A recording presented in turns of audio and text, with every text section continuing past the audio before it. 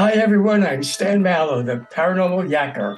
My guest on today's show is Reverend Michael JS Carter, author of Alien Scriptures and the Holy Bible, and a frequent guest of History Channel's Ancient Alien series. I have also had the privilege of interviewing him previously about alien scriptures on this show. Today, I'll be talking with Reverend Carter about his book, A New World, If You Can Take It, God, Extraterrestrials, and the Evolution of Human Consciousness. Reverend Michael J.S. Carter, welcome to Paranormal Yacker. Dan, it's a pleasure. I wish we could do it more often. I love to see you, and I was looking forward to today. And I'm hoping you're doing well this holiday season coming up, you and your family. And thanks for having me on. Thank you, and the same to you and yours. A New World, If You Can Take It, takes the ancient astronaut theory to its next developmental step. You draw on the works of Erich von Danaken and Zecharia Stitchen and rightly point out that many in the UFO community believe that our ancient ancestors mistook extraterrestrial visitors for all-powerful deities. In your book, Michael, you build on this outlook, re-examining religious and spiritual philosophies, and demonstrate how off-world intelligences shaped early religious teachings. Could you elaborate a bit on that? Yes, and I'm glad you mentioned Erich and the late Zecharia Stitchen, who I had the pleasure of meeting when I was living in New York. He used to live up on the Upper West Side. Yeah, so I stand on their shoulders. You know, this is not new, maybe for more clergy to be talking about it. But it was hidden in plain sight, eyes wide shut. And it was all about the translations. And obviously, Zecharia Sitchin, with his knowledge of ancient texts, Sumerian cuneiforms, what have you, and just a few tweaking of translations from the Hebrew, obviously bearing in mind the Sumerian text, that we begin to see that our interpretation of the Bible may have been mistranslated because our ancestors didn't have the words to describe what they were seeing. This technology was fantastic to them. These beings appeared all powerful. And so they mistook them for who we would call God. And there were many extraterrestrials at the time in various parts of the earth. The Vedas unashamedly talk about extraterrestrial beings in the Upanishads, the Mahabharata, obviously, as we mentioned before, the Sumerian text. In our Bible and in the Quran, but let's stick with the Bible for now, we see that these beings are mistaken for gods. When you look at Yahweh, for instance, the things that he is asking folks to do, and our ancestors were caught in the middle of these wars between these ancient astronauts, and there were armies and they were fighting each other, and there was jealousy and there was riffraff. Now we have the words to describe the technology that they saw, the beings that they saw.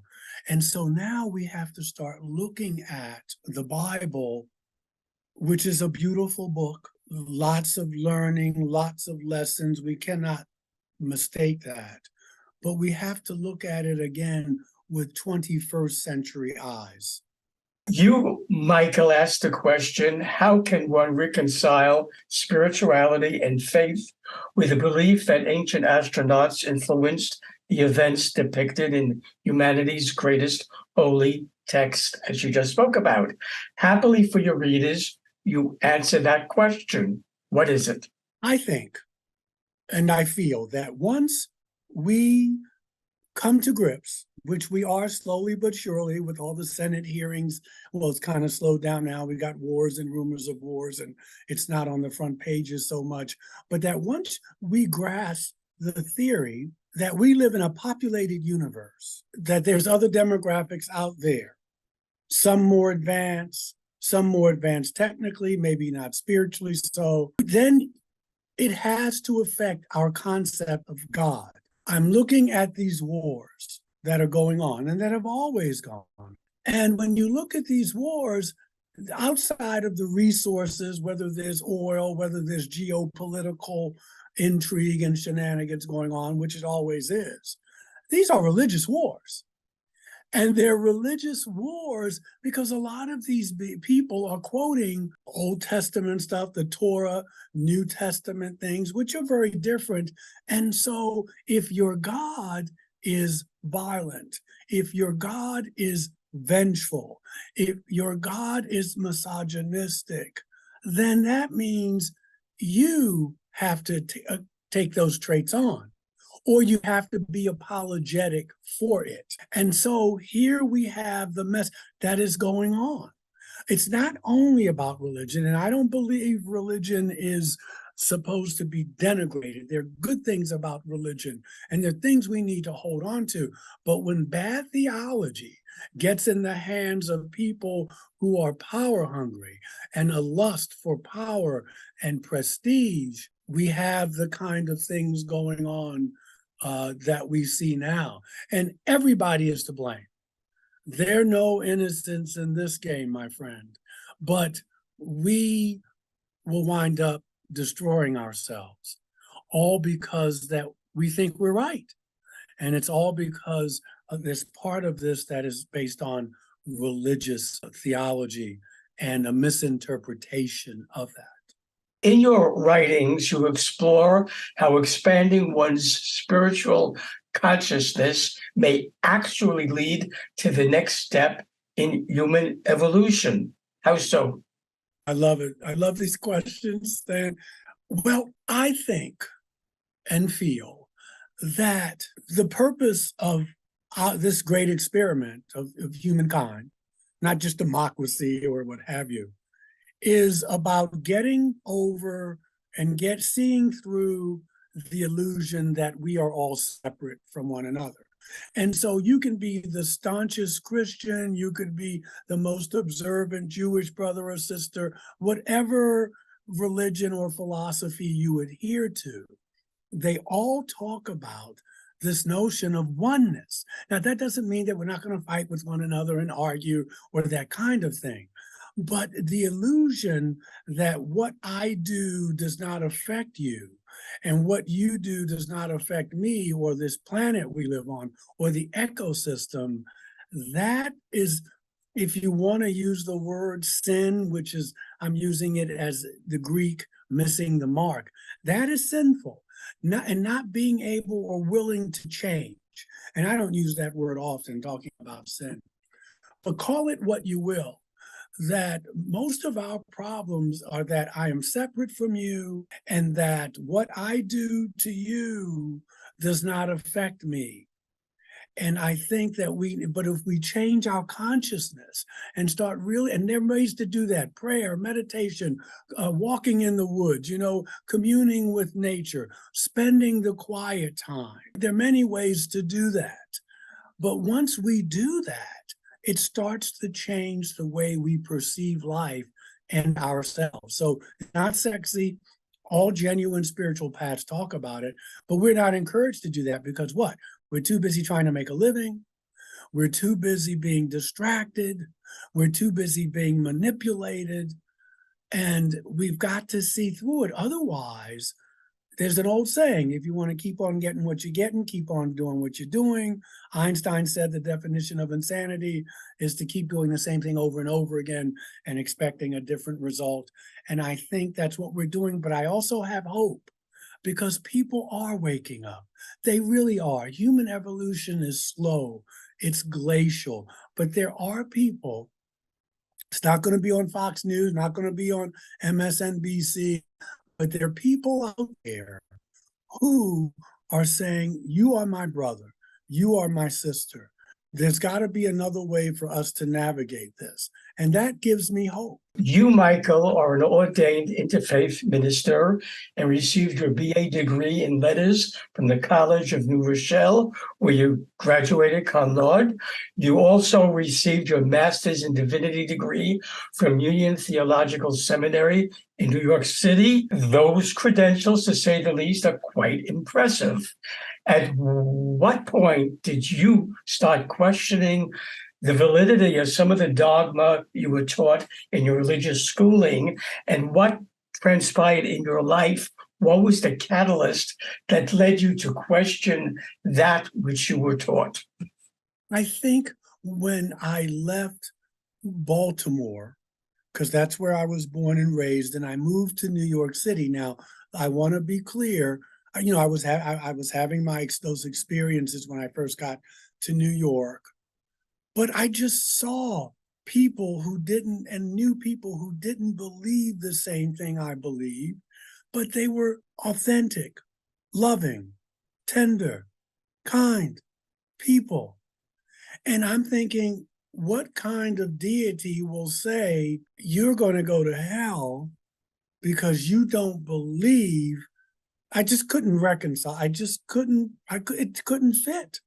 And see, that's what happens. Either you leave religion, and sometimes you have to, or you just you leave your synagogue, you leave your church, you leave your mosque because you go, wait a minute, this is crazy.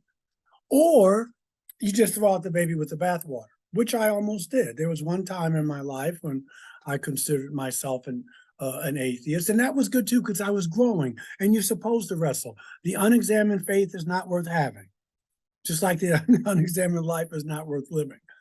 And so that's when, and I was around a diversity of people, and I was going to the mosque. I was just visiting, going to, my first wife was Jewish. And so my father-in-law was Orthodox at the time, and we got along like this.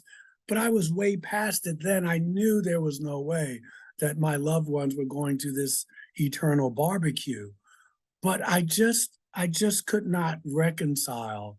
And so I said, I have to move on from this. And that's when, so I was in my mid to late 20s, early 30s. And then I found the Unitarian Universalist denomination. And of course, I'm an interfaith minister, so comparative religion was where I really got my bang for my buck. But then I found the Unitarian Universalist congregation, flawed like anyone is, but not perfect. But they gave me the freedom to think, to feel, to experiment without being condescending, without telling me I was a blasphemer, without telling me I was going to burn for eternity. And so standing on the shoulders of those professors and those ministerial colleagues, that's what got me going. Should viewers of Paranormal Yacker want to buy A New World, If You Can Take It, God, Extraterrestrials, and the Evolution of Human Consciousness, how can they do that? Listen, they can purchase all of my books on Amazon or Barnes & Nobles. You just type in Reverend Michael J. Carter or JS Carter. All the books will come up. I have a new book coming out. It's a book of sermons that should be out around Christmas time. It's called Enlightenment. And for those of you who are really, really churchy, just know that I'm in the Unitarian Universalist denomination. So I can preach a sermon over something, and we may not even use the word something I read in the Times, or definitely I could use a Bible verse or something like that. But it's a conglomeration of some really good talks I gave on philosophy, social justice, spirituality, race. And again, that should be out around Christmas time, and it's called Enlightenment. Great. And I hope that I'm on your list to be contacted, because I would love to interview. Of course, I will do that, Stan. You know that. It's always a pleasure. Reverend Michael JS Carter, I thank you for being my guest on Paranormal Yacker. As always, yakking with you has been a great experience. Stan, you stay well. You and your family, I wish you a gentle peace and many blessings. And I'll shoot you an email as soon as I know this is coming out. Thank you, and I wish wellness to you and yours. God bless. Thank you, brother.